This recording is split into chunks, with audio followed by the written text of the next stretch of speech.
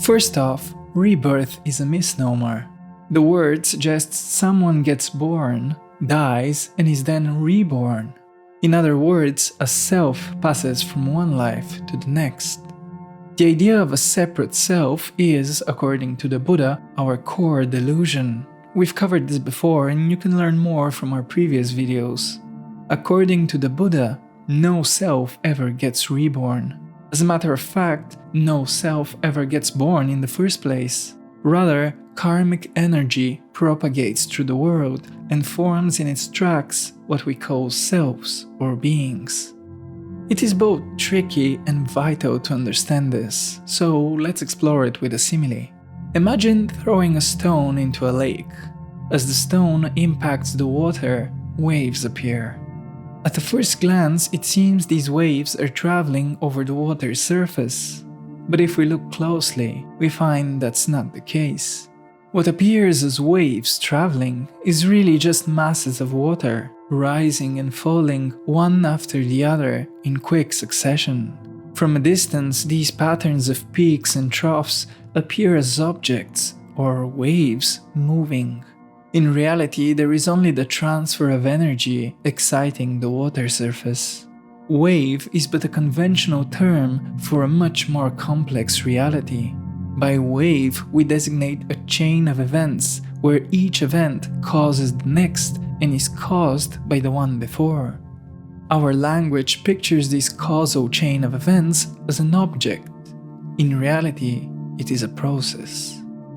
This might seem as a trivial point, but if we meditate on it, it can transform our whole experience of reality.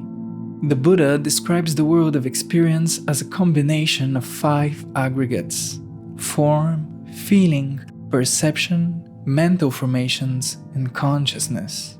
We've covered this before. The 5 aggregates are like the 3 colors of a pixel: red, green, and blue mixed together in different proportions to form all the images you see on your screen. In the same way, the 5 aggregates mix together to form the world of experience. They form also what we call our self. Now, we've seen a wave is a conventional label for what are really patterns of excitation of water. This excitation is due to the transfer of energy. I know this has gotten technical, but stay with me here. The Buddha says the self is a conventional label for what is really, you guessed it, patterns of excitation of the 5 aggregates. This excitation is due to the transfer of karma. Karmic energy passes through samsara and creates patterns of the 5 aggregates. These patterns are what we call animals, demons, gods, and people. All of samsara, with all its planes of existence, is but the pulsation of karma. The Buddha says, karma is what creates distinctions among beings. In other words, you, I, and Barney the dog are distinct not because we're different selves. We're distinct only insofar as we're different patterns of the 5 aggregates, patterns animated by karma. There's one more important detail here. In our simile, the waves do not appear out of nowhere. They appear as the stone impacts the water and enters its energy into it. In the same way, karma does not come out of nowhere. Our intentional actions are not without cause. The cause of the waves is the stone. The cause of karma is desire. The delusion I am, expressed as desire, creates intentional actions. Intentional actions gather bundles of the 5 aggregates. These bundles of the 5 aggregates, through the delusion I am, driven by desire, create intentional actions. These intentional actions gather new bundles of the 5 aggregates, and so on ad infinitum. This closed loop is the prison of samsara, the wandering.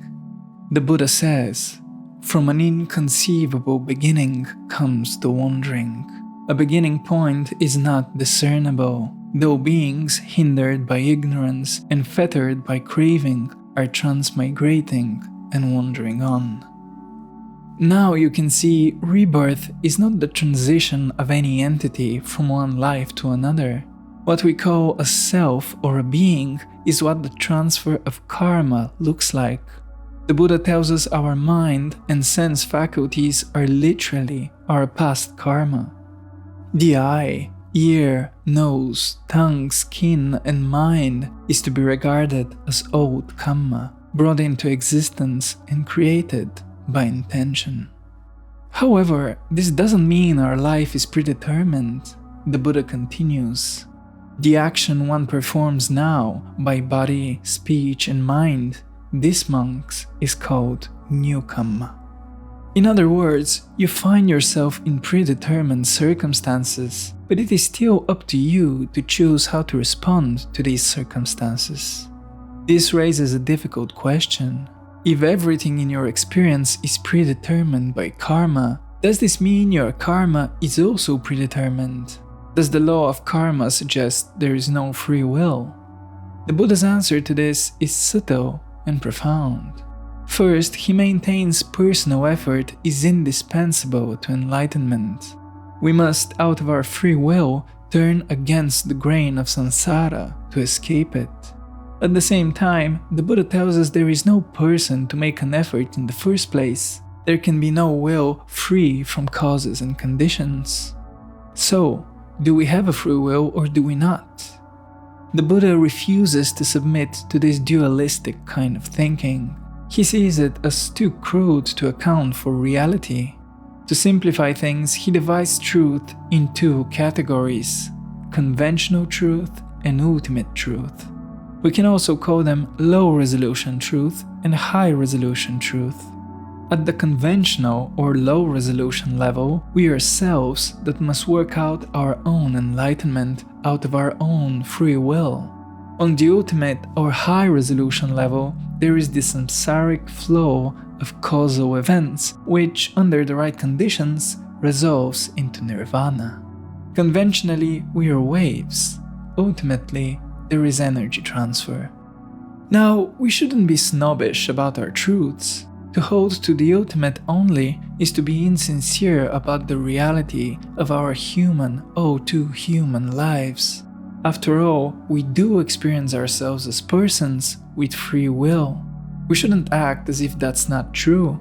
But to hold only to conventional truth is to be ignorant of the deeper reality beneath everyday experience. Don't miss the forest for the trees, the Buddha tells us, but also don't miss the trees for the forest. Both levels of truth are equally important. So, do we have a free will or do we not? Both, and neither. And both, and neither. And neither both, nor neither. Just let go of the question. Thank you for watching.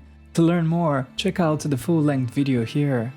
And while you're at it, subscribe to the channel for more videos on religion, philosophy and psychology. See you next time.